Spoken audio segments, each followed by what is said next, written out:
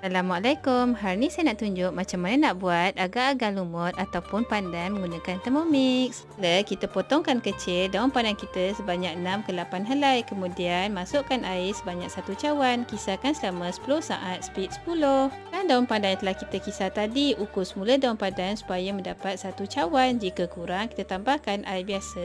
Dan kita timbangkan santan sebanyak 200 gram. Saya guna jenama kara. Masukkan telur dan juga sedikit garam. Kacau rata-rata sehingga sebati. Terusnya kita masukkan air sebanyak 850 gram. Jus pandan, gula dan agar-agar kering. Baca di bahagian tip masakannya ada tips untuk agar-agar. Masakkan selama 10 minit suhu 120. Selesai, kita setkan masa selama 2 minit suhu 120 speed 1. Masukkan yang telah dicampur telur tadi. Dah siap pun cecair agar-agar kita. Kemudian tuangkan ke dalam bekas loyang bersaiz 7 x 7 inci. Dan dalam chiller sekurangnya 2 jam.